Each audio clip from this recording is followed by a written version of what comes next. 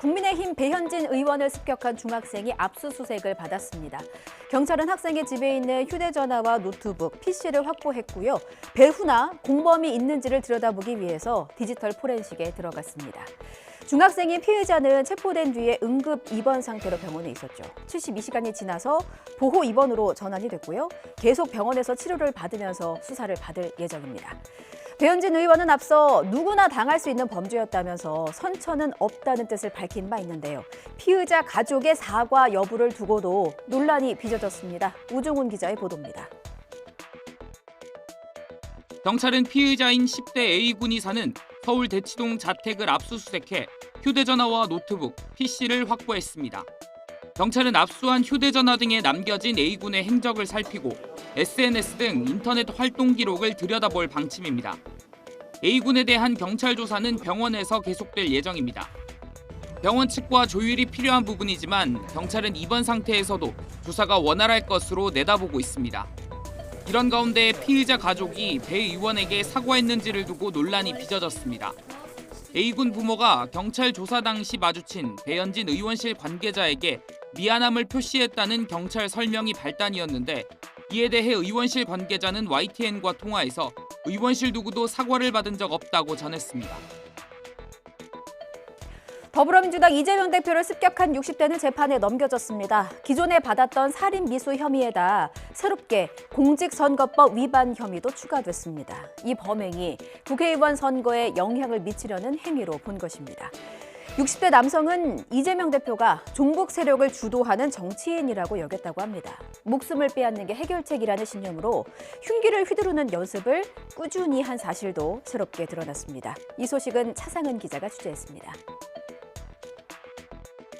다가오는 국회의원 선거에 관하여 출마가 예상되는 피해자에게 폭력을 행사한 것으로서 자유롭고 공정한 선거 활동을 방해하는 범죄이며 김 씨의 왜곡된 정치적 신념의 배경도 추가로 드러났습니다. 이재명 대표를 종북 세력을 주도하는 정치인으로 본 김 씨는 이 대표가 대통령이 돼 나라가 적화되는 것을 막으려면 살해하는 것만이 해결책이라는 신념을 지닌 거로 조사됐습니다. 또 공인중개사로 일했지만 영업부진과 주식투자 손실 등으로 경제적 상황이 어려웠고 가족과 떨어져 극단적인 정치 성향에 빠져 살던 중 자포자기 심정으로 범행을 저지른 것으로 보인다고 검찰은 설명했습니다. 김 씨는 범행 이후에도 이 대표에게 사과하지 않았고 검찰 조사에서도 범행의 정당성을 주장한 것으로 확인됐습니다. 사무실 근처 나무에 목도리를 걸어두고 준비한 흉기로 찌르는 연습을 꾸준히 하는 등 지난해 4월부터 범행을 치밀하게 준비한 사실도 드러났습니다. 김 씨가 범행 당시에 소지한 이른바 변명문은 검찰이 법원에 증거로 제출해 재판에서 공개될 전망입니다. 그동안 김 씨의 당적과 신상에 대한 관심도 높았지만 검찰도 정당법 등을 이유로 공개하지 않았습니다. 이번엔 기아 타이거즈 팬들에게 커다란 실망감을 안기는 소식입니다. 김종국 전 감독과 장정석 전 단장에 대해서 구속영장이 청구됐기 때문입니다. 팬들의 사랑만으로도 차고 넘칠 거라 생각했는데 혹시 밑 빠진 독에 사랑 붙는 꼴이었을까요? 두 사람 기아 타이거즈 후원사인 커피 업체에서 수천에서 수억 원의 금품을 받은 혐의가 포착됐습니다. 물론 이들은 대가성이 아니라고 했다지만 검찰의 판단은 달랐습니다. 개인 비리 혐의로 프로야구 감독에게 구속영장이 청구된 건 이번이 처음이고요. 영장 심사는 잠시 후인 오전 10시 반에 열립니다. 야구가 얼마나 큰 사랑을 받고 있는데 이게 웬 불미스러운 일입니까?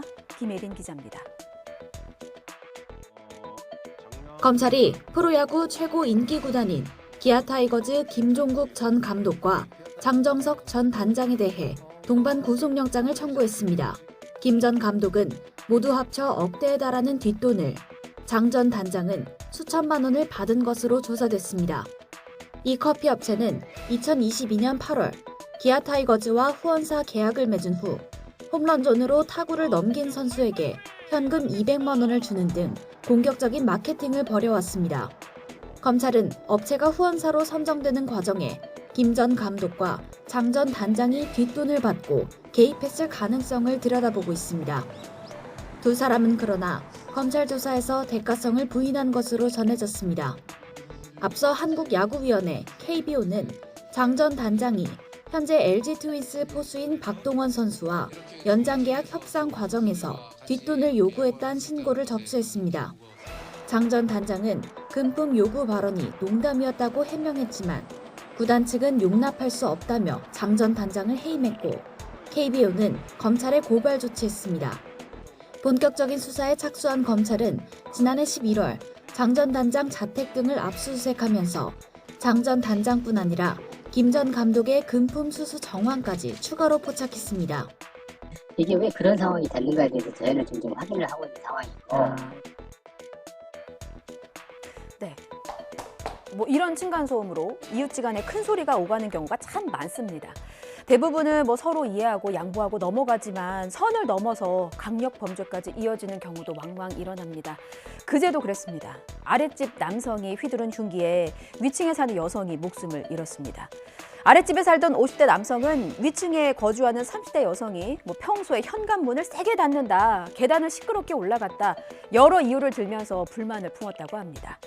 이들이 이웃으로 지낸 시간은 고작 3개월이었습니다. 피해자 측은 현관문도 조심히 닫고 살았다면서 억울함을 호소했는데요. 가해자는 현장에서 도망쳤다가 2시간 만에 붙잡혔습니다. 이명준 기자입니다. 검은색 SUV가 도로를 손살같이 내달립니다. 도로를 역주행하다 뒤를 쫓던 경찰차를 정면으로 들이받고서야 멈춰섭니다. 이 남성은 위층에 사는 중국 국적 30대 여성에게 10여 차례 흉기를 휘두르고 달아나다 경찰에 붙잡혔습니다. 건물 계단과 가까운 쪽에 살던 A씨는 층간소음에 불만을 가져온 것으로 전해졌습니다.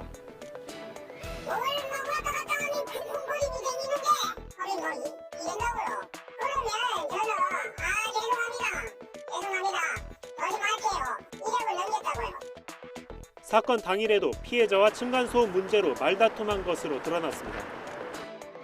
A씨는 피해자에게 문을 살살 닫아라, 조용히 다녀라라고 말했다고 경찰에 진술했습니다.